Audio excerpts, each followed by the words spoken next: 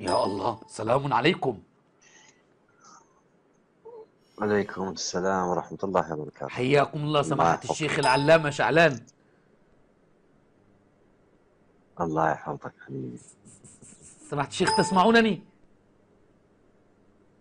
عذرا أنا مو علامة، تفضل يا حبيبي. حياك، أنا من مصر وصديق معك على الصفحة يا شيخ، ورأيت صفحتكم فأحببت أن أسلم عليكم.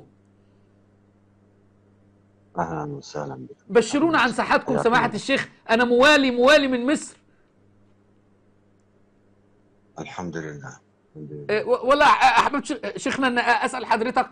الله سبحانه وتعالى يقول: الذين إذا أصابتهم مصيبة قالوا إنا لله وإنا إليه راجعون. فهل أولى أن أنا أقول على مصاب موت الإمام الحسين ومقتل الإمام الحسين أن أقول إنا لله وإنا إليه راجعون، حتى أن أولئك عليهم صلوات من ربهم ورحمة وأولئك هم المهتدون، أم أن أنا أطبر والتم وتطير وافعل ما يحدث في عاشوراء؟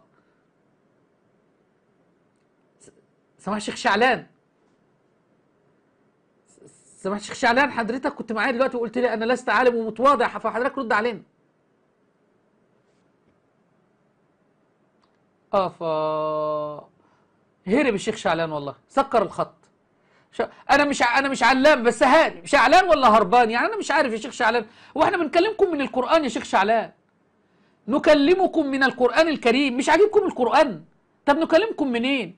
استاذ في حوزة علوم اهل البيت في جامعة الصدر الدينية ومن بغداد. طب نكلمكم منين يا شعلان؟ بس يعني نأتيكم من القرآن مش عاجبكم، نأتيكم منين تاني بس؟ كان معكم شيخ الشيعة المسمى بشعلان العميري.